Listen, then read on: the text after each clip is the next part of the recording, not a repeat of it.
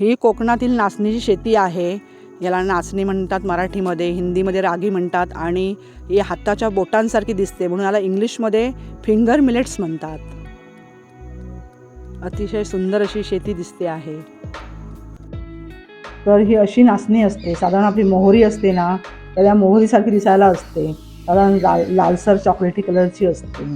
तर ही पूर्ण महाराष्ट्रामध्ये आपल्याकडे भारतामध्ये सगळीकडे पिकवली जाते. अशी तर पौष्टिक अशी ही नाचणी आहे, बघून घ्या. नमस्कार, मी अनिताच किचन अँड गार्डनमध्ये आपल्या सर्वांचं स्वागत करते. कसे आहात आपण सगळे? आशा करते की आपण सगळे स्वस्त असाल, मस्त असाल आणि यूट्यूब पाहण्यात व्यस्त असाल. तर आज आपण करणार आहोत मिलेट रेसिपी. मिलेट म्हणजे काय, तर तृणधान्य रेसिपी. तृणधान्यामध्ये ज्वारी, बाजरी, राळा, वरी, राजगिरा, नाचणी अशी तृणधान्य येतात. तर ह्यामध्ये सध्या एक नंबरला जे आहे धान्य ते म्हणजे नाचणी.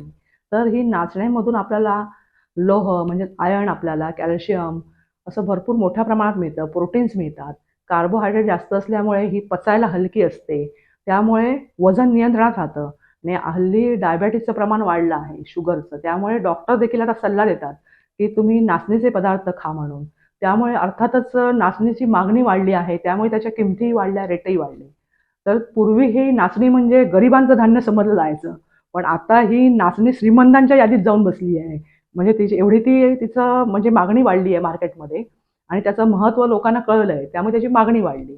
तर अशी ही आपल्या शरीरासाठी असणारी लहानपासून अगदी वयोवृद्ध माणसांपर्यंत अशी पौष्टिक ही नाचणी आहे. तर या नाचणीच्या पदार्थापासून आपण काय काय करू शकतो?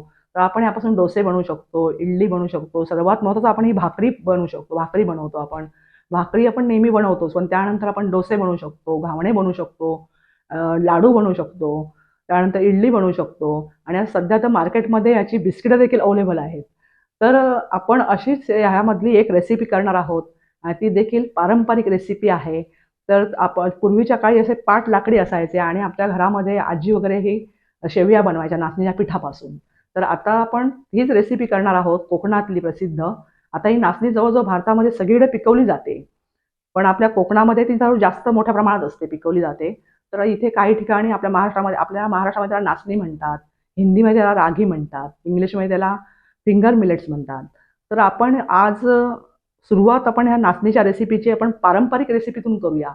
तर आमच्या कोकणातील प्रसिद्ध नारळाच्या रसातील नाचणीच्या पिठापासून केलेल्या शेवया आपण करणार आहोत. तर चला तर मग वळूयात आपल्या रेसिपीकडे. तर ही नाचणी अशी असते. ही पहा, जशी मोहरी असते ना, तर ही मोहरीसारखी असते. साधारण लालसर रंगाची असते. साधारण चॉकलेटी लालसर अशी अशी नाचणी असते. तर आपण ही नाचणी आहे, ही जी आपण बाजारामध्ये सहज उपलब्ध आहे नाचणी देखील, तर आपण ती आणून दळू शकतो. तर मी ही धुवून घेतली. एक दिवस ती धुवून छान वाळवली कडकडीत उन्हामध्ये. त्यानंतर गिरणीतून हे त्याचं पीठ करून आणलं. तर हे असं त्याचं पीठ तयार झालेलं आहे. तर पीठ देखील थोडंसं असं चॉकलेटी कलरचं थोडंसं दिसतं. तर तुम्हाला हे जर तुम्हाला असं दळायचं नसेल तर तुम्हाला हे रेडीमेड देखील कुठल्याही किराणा मालाच्या दुकानामध्ये, ग्रोसरी शॉपमध्ये हे रेडीमेड पीठ मिळू शकतं, नाचणीचं पीठ. तर तुम्ही तेही घेऊ शकता. तर मी ही 1 वाटी नाचणीचं पीठ घेतलेलं आहे, चाळून घेतलं आहे मी पीठ हे. आणि जेवढं पीठ असेल त्याच वाटीच्या मापाने पाणी घेतलेलं आहे.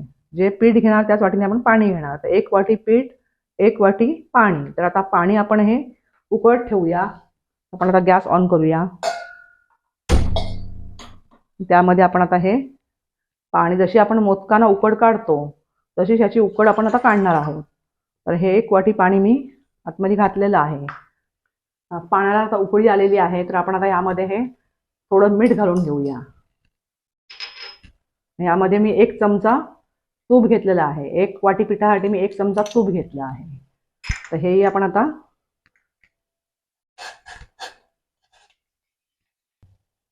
तूप आता छान विरघळलं आहे. आपलं मीठ आणि तूप आता छान आता मिक्स झालेलं आहे.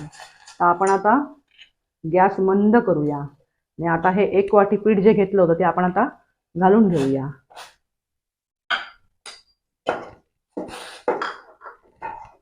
जशी मोदकांना आपण उकड काढतो ना, तशी ही उकड आपल्याला काढायची आहे.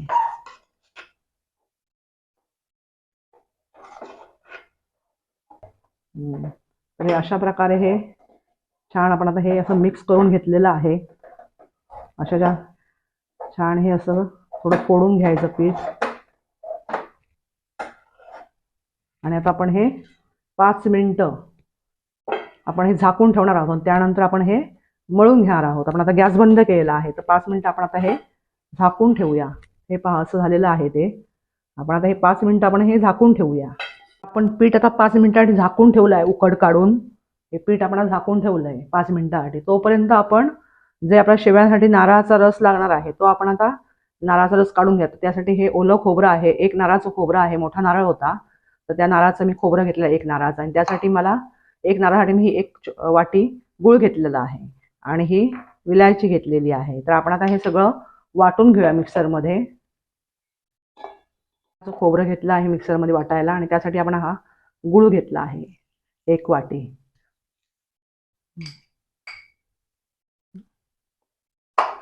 आणि ही विलायची आहे, तर ही मी सालासकटच घालणार आहे कारण त्याचा सुंदर वास खूप छान येतो, सुगंध त्याचा.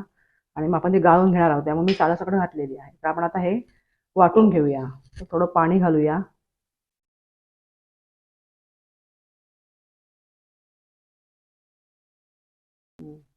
ते साधारण एवढं पाणी घातलेलं आहे आपण, म्हणजे 1 मोठं ग्लास आपण साधारण पाणी घातलं असं समजा. आपण हे पुन्हा एकदा गाळून घेणार आहोत, तर आधी एवढं वाटून घेऊया पहिल्यांदा, त्यानंतर पुन्हा वाटणार आहोत.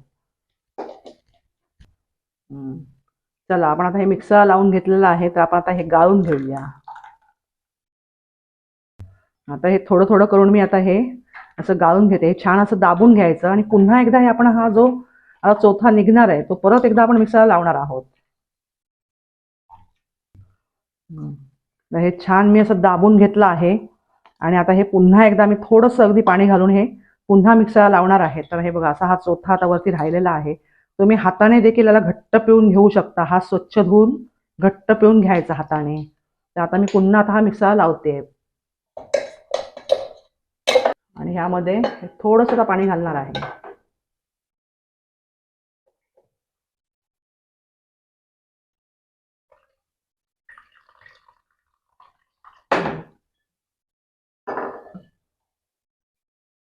मी हाताला धरून ठेवले. पुन्हा मिक्सरला लावून घेऊया.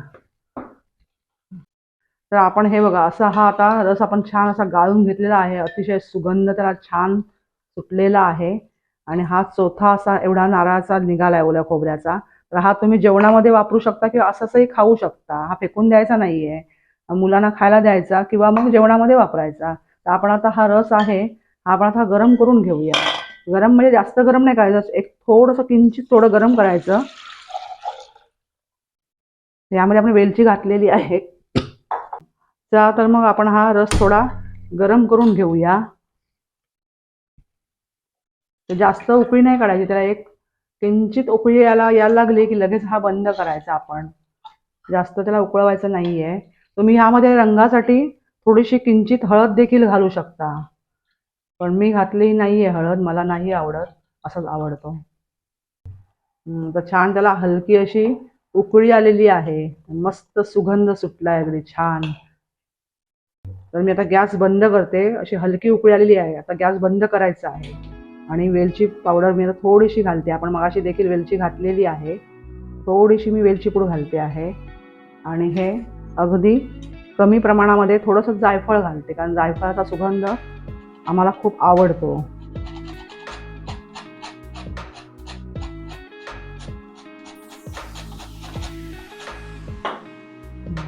तर हे जायफळ आणि मी विलायची आता घालून छान त्याला मिक्स केलेलं आहे, त्यामुळे याला सुगंध खूप छान येणार आहे याला. तर ह्याला नारळाचं दूध म्हणतात, काही ठिकाणी याला नारळाचा रस म्हणतात, नारळाच्या रसातल्या शेवया. तर आपला आता हा रस तयार आहे शेवयांचा. आता आपण जे पीठ ठेवलंय मग अशी उकड काढून ते आता मळून घेऊया. चला आता हे छान आपण आता हे सगळं गरम करून घेतलेलं आहे आणि आपण आता हे मी आता थंड करत ठेवणार आहे. हे तुमचं आवडीनुसार तुम्ही हे करायचं आहे. तुम्हाला जर गरम आवडत असेल तर तुम्ही गरमच खाऊ शकता शेवयांसोबत, गार आवडत असेल तर गार खाऊ शकता. मी हे आता थोडं रूम टेम्परेचरला आलं की मी हे फ्रीजमध्ये ठेवणार आहे. तर हे पीठ आपण आता साधारण 10 मिनिटं ठेवलं होतं आणि आता आपण ते मळून घेऊया. तर आपण आता हे थोडं आता मळून घेऊया. थोडं वाटलं आपल्याला तर आपण पाण्याचा थोडासा हात लावायचा, थोडं गरम गरम असतानाच हे मळून घ्यायचं. तर हे आपण असं पीठ आता मळून घेतलेलं आहे. तर पीठ थोडंसं सुखं सुखं झालं होतं, त्यामध्ये मी 4 चमचे गरम पाणी घालून हे असं आता मळून घेतलेलं आहे. तर आता हे असं लांबट गोळी झाली. तर आपण हे आता छोटे गोळे करणार आहोत. आणि हे पाणी मी आता हे उकळत ठेवलं, यामध्ये पाणी बाजूला उकळत ठेवलं आहे. आता ह्याला उकळी आलेली आहे. तर आपण आता ह्याचे गोळे करून त्या पाण्यामध्ये घालणार आहोत. तर ह्याचे आपण गोळे करूया.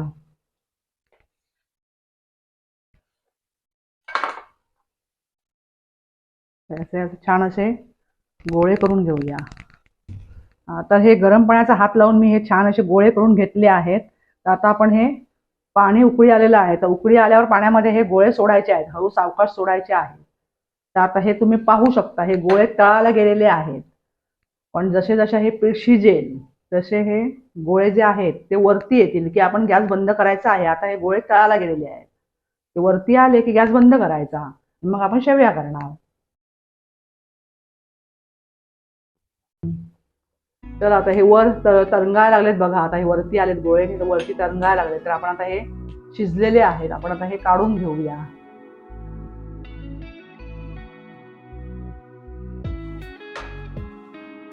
चला आता हे अशा प्रकारे छान असे फुलले जातात, ते गोळे मोठे झाले.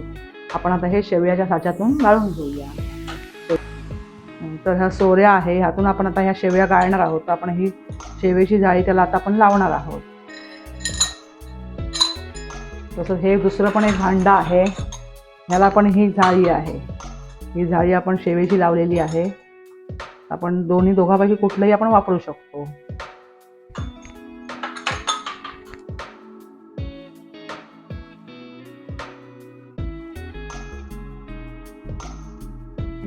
तर यामध्ये घातलेले आहेत हे गोळे. आपण 4 गोळे आपण केले होते, एका वाटीचे 4 गोळे झाले होते. तर आपण आता हे 2 गोळे घातलेले आहेत. ते आपण आता हे भांडं बंद करणार आहोत. या भांड्यामध्ये मी 2 गोळे भरले आहेत. आता या भांड्यामध्ये पण हे 2 गोळे आहेत ते यामध्ये भरून घेते. तुमच्याकडे ज्या पद्धतीचं भांडं असेल त्या पद्धतीने तुम्ही हे गाळू शकता.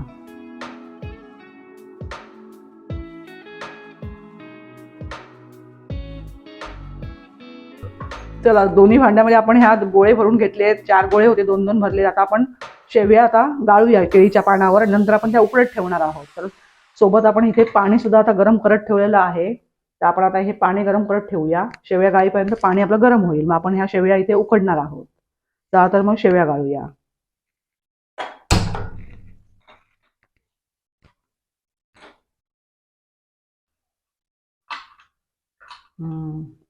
वा, अतिशय सुंदर अशा शेवया आता आलेल्या आहेत. मस्त. वा वा वा, छान. अतिशय पौष्टिक अशा शेवया असतात. नाश्ता लहानपणी आमच्या घरी असायच्या, आमची आजी करायची आणि लहानपणी हा नाश्ता असायचा आमचा. आत्तासारखे नाश्ता नव्हते त्यावेळी, असे पौष्टिक नाश्ता असायचे त्यावेळी. नाचणीच्या पिठाच्या शेवया घरी केल्या जायच्या, तांदळाच्या पिठाच्या देखील केल्या जायच्या. माझ्याकडे तांदळाच्या नाचणीच्या शेवयाचा जसा आपण व्हिडिओ केला आहे, तर तांदळाच्या शेवयाचा देखील व्हिडिओ माझ्या चॅनलवर आहे, तुम्ही सर्च करून पाहू शकता.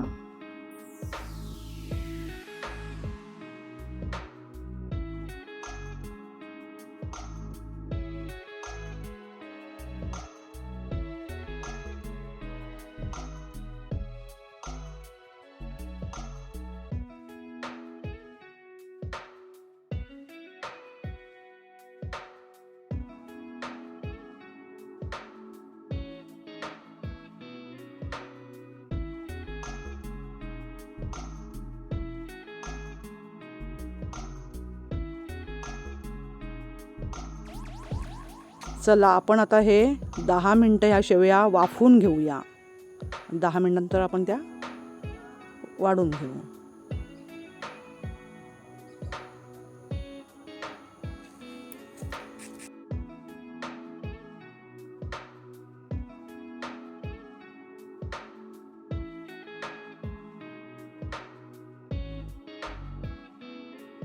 चला आपली आता एक 5 ते 10 मिनटं झालेली आहेत. 10 मिनटं मी ठेवला होता. तर मी आता हे बंद करते गॅस. आता आपले हे झालेले आहे शेवया. तर आपण आता हे उतरून घेऊया.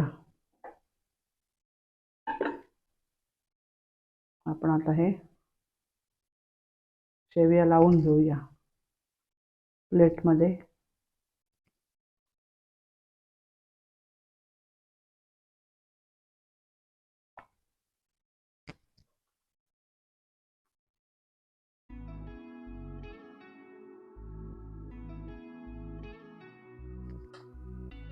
अतिशय पौष्टिक ह्या शेवया आपल्या खाण्यासाठी तयार झालेल्या आहेत. तर आपण आता यामध्ये आता एक शेवई जी आहे आपण अशी प्लेटमध्ये ठेवूया, वाटीमध्ये. तुम्हाला 2 ठेवायचे असेल 2 ठेवा, 1 ठेवायचे असेल 1 ठेवा. हवं थोडंसं असं साजूक तूप आहे, हे या शेव्यांवर सोडायचं.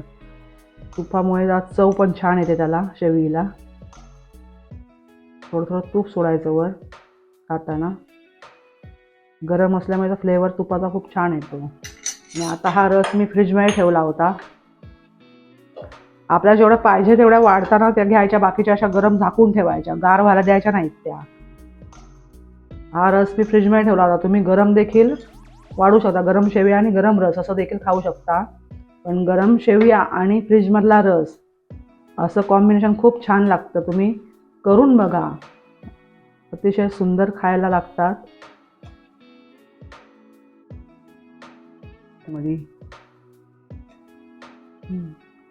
तर अशा तुम्ही 1 शेवी 2 शेवी, तुम्हाला आणखी पाहिजे असेल तर आणखी तुम्ही शेवई 2 शेव्या पण घालू शकता.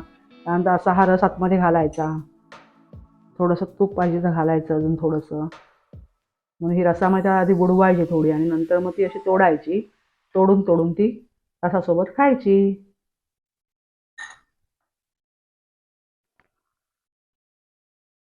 अशा प्रकारे सुंदर अशा पौष्टिक शेवया, त्यासुद्धा नारळाच्या रसातल्या आणि नाचणीच्या पिठाच्या शेवया आपण खाण्यासाठी तयार केलेल्या आहेत. तर तुम्ही सगळ्यांनी एकदा नक्की घरी करून बघा. पौष्टिक नाश्ता, अगदी लहान मुलांपासून अगदी वयोवृद्ध माणसांपर्यंत सगळ्यांसाठी पौष्टिक नाश्ता आहे. तर आपण असेच नाचणीचे एक एक पौष्टिक पदार्थ आता वेळ मिळेल तसं आपण करणार आहोत आणि तुम्हाला मी दाखवणार आहे. तर सुरुवात आपल्या पारंपरिक कोकणातली पारंपरिक रेसिपी जी नारळाच्या रसातली शेवई आहे नाचणीच्या पिठाची, ती मी तुम्हाला करून दाखवली आहे. तुम्ही नक्की करून बघा, तुम्हाला देखील आवडेल. तर मग रेसिपी आवडली असेल तर नक्की इतरांना शेअर करा. चॅनलवर नवीन असाल तर सबस्क्राईब करा. आपण आपला अमूल्य वेळ देऊन आमचा हा व्हिडिओ पाहिलात त्याबद्दल मी आपल्या सर्वांचे आभार मानते. धन्यवाद देते. नमस्कार.